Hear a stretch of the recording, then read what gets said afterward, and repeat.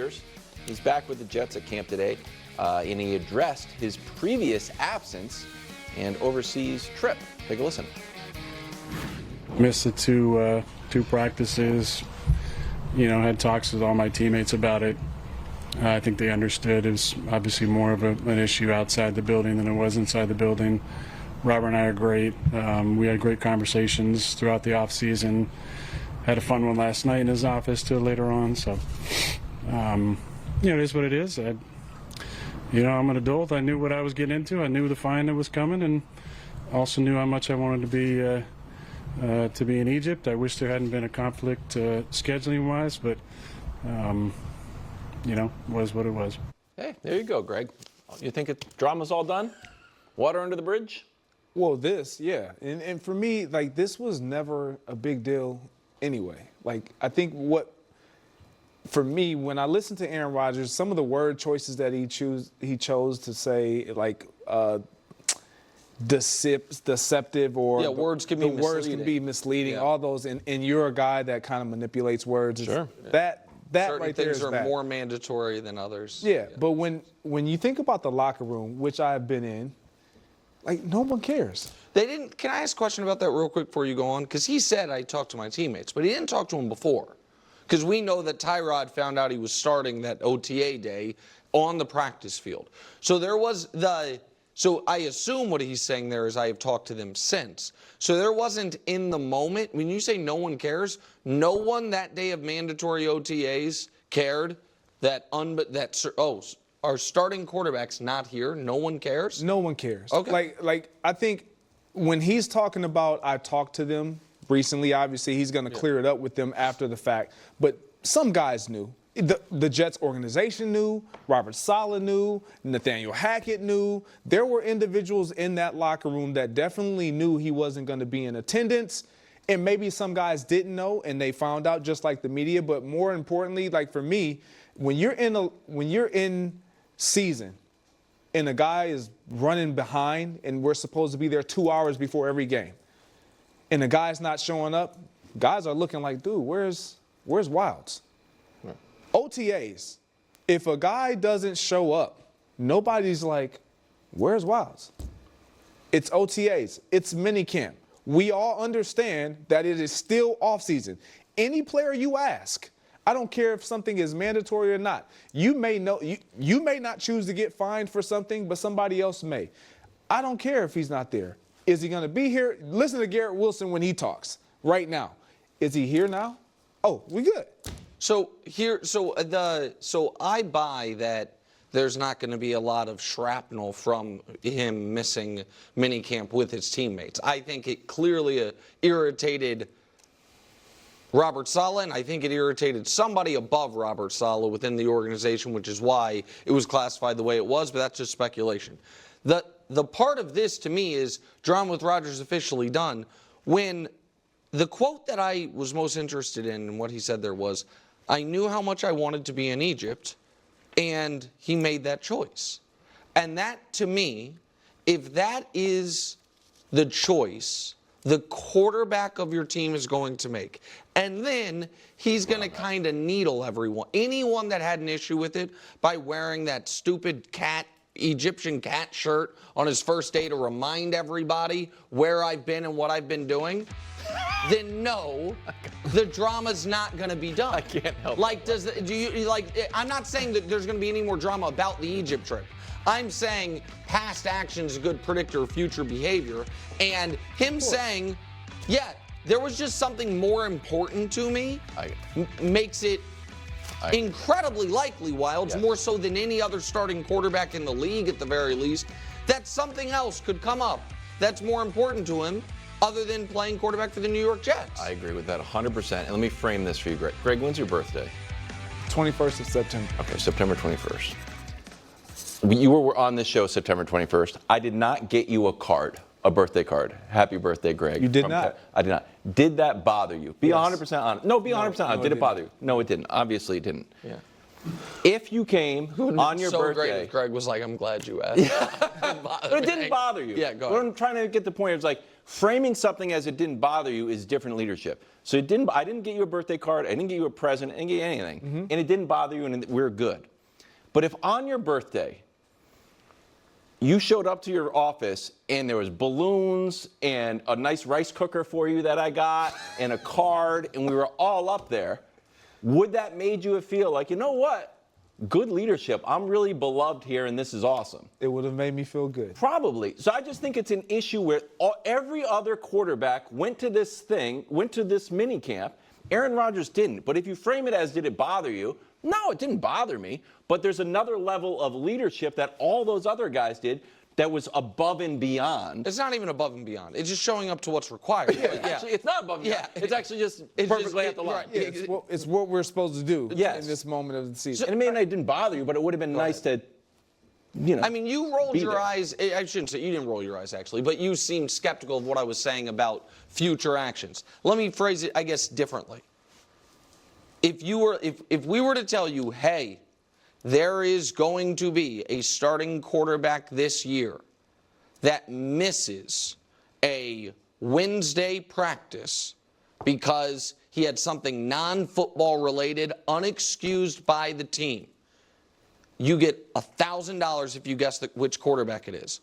What name would you say? Because I know for me, now maybe the right answer is none of them will, but if you tell me which quarterback is most likely to have something like that, which quarterback is most likely to all of a sudden be a guy who, because of something totally unrelated to him playing quarterback for his team, is being talked about on CNN, I would say Aaron Rodgers. There's a lot of things where I just don't think it's realistic to say the drama's done because he showed up for the first day of training camp. So I get I get all of that. When you frame it like that, maybe somebody would say Aaron Rodgers. But when has he ever done this? When has he ever missed anything regular season?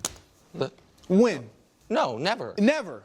But he never missed mandatory minicamp before this. I understand that. And I guess what my point is when I totally get when you say everything that he says, everybody has to be buttoned up. We have to be all in. We understand what the big picture is that we're chasing and the goal is that we're after.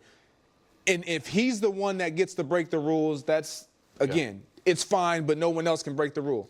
However, when you are the person that everybody has deemed the savior and everybody is expecting all of this, the glory to happen because of you, if you feel like you need to check out for a minute and you've already discussed it with ownership and leadership, maybe not all teammates, but some, I'm sorry, I'm good with that. Okay. I'm ready to make a ruling. What? I'm done talking about Egypt on the show. Oh, yeah, that's fair. We're done. That's totally fair. I think we're good. I agree with that. I just don't think this will be the last thing. Yeah. Well, we need chapter 2. We're closing the book on the he's Aaron Rodgers. We're going to talk. Something's going to come up that we talk about. Yeah. But I don't think it's going to be him not being at a practice or him missing something at the facility. We'll see. Okay. We'll see. Throws for 225 yards in the first 3 Put a little games. wager on that? Ooh. Push-ups or? Well, I'm injured, bike. but You're injured? Yeah, my U.S. Open ball boy tryout yesterday didn't go great. But Did we not? It is what Obviously. it is. It is what it is. I'm Hamstring? playing, you know what? Hamstring? You didn't even know I was, of course, hamstring. Real bad. Did you stretch? Real bad. Let's do the show. There'll be a social media video of it in a few days. Wow. We're counting down the NFL top 100, 2 quarterbacks in the 90s. The Prince coming in at 94, up 2 spots from last year. Congratulations to the Prince. Rodgers coming in at 92. He's down 41 spots now that he has a surgically repaired Achilles. Here's how the Prince ranked in his last 2 years. You know what Hub says? What? Not me. What does Hub say? Mid. Okay. Yeah, Well, just he saying. might. Who will have the better year this year, the Prince or Aaron Rodgers? I think it's outrageous if anybody says Rodgers to this. When is the last time Aaron Rodgers was better than Trevor Lawrence? You have to go back to Trevor's rookie season. So, just throw out last year, that's fine. It's not fair because Aaron popped his Achilles. The last full year they played, right? which would have been Trevor's second year and Aaron's last year with Green Bay. We can show you those numbers. Trevor was the better player then. Since then, Aaron has suffered a catastrophic injury. Trevor suffered injuries, but nothing like a torn Achilles.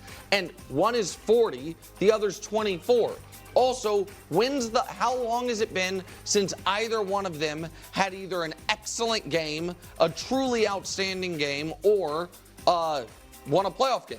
So days since last playoff win for Aaron Rodgers, your playoff, this is really a Wilds graphic, we're at 1,200. For Trevor, we're the year before last. And last since a 300-yard game, for Trevor, it was last season. And for Aaron, it was 3 years ago. So it is baffling to me if people actually think Aaron Rodgers with the New York Jets with Nat Hackett is going to be better this year than Trevor Lawrence. That one's a 24-year-old future star. The other's a 40-year-old trying to hang on after a bad season and then a debilitating injury. That's obvious. Yeah, solid. To some.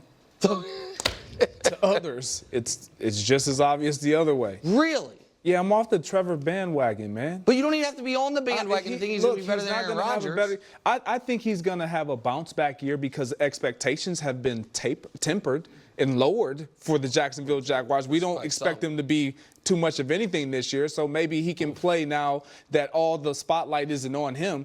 But when you look at this Jets team and look at what they have around Aaron Rodgers, it's not necessarily that he has to be what he once was with Green Bay, leading them to all these NFC Championship games and throwing for 4,000 yards every year, only two interceptions and all the things.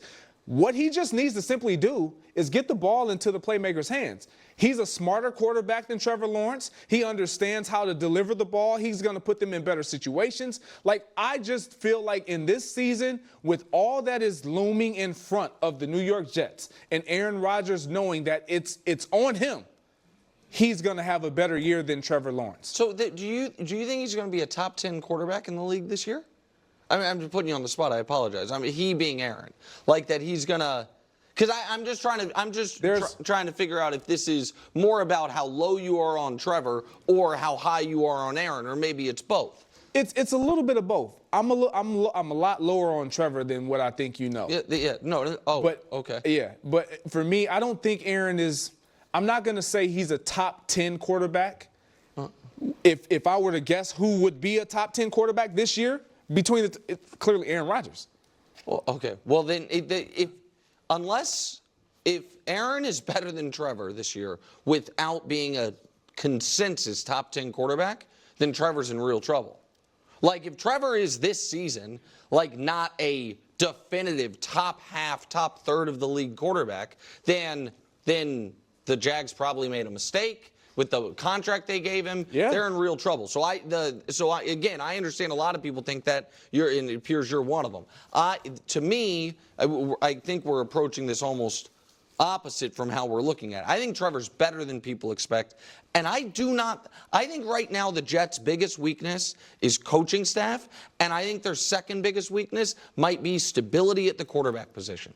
I don't think they have this massive upgrade coming at quarterback. They have the oldest quarterback in the league coming off an injury who the last year we saw him play looked to be on a significant downslope. I don't think they're getting this great quarterback play walking into the building. I don't. So you don't think that Aaron Rodgers coming off of injury at age 40 is better than what they've had? Well, no, I think he's not going to be the worst quarterback in the league, which is what they had. But I think people are expecting them to have, at a minimum, above average quarterback play. And maybe you top don't think 10. that's going to happen? No. I think that the Jets' quarterback position this year will be somewhere in the low teens. When have we seen Aaron Rodgers as a below average quarterback? The last year that he played. His last season in Green Bay. In Green Bay. Yeah, when they went 8-9, when he threw away a game to go to the playoffs at home against the low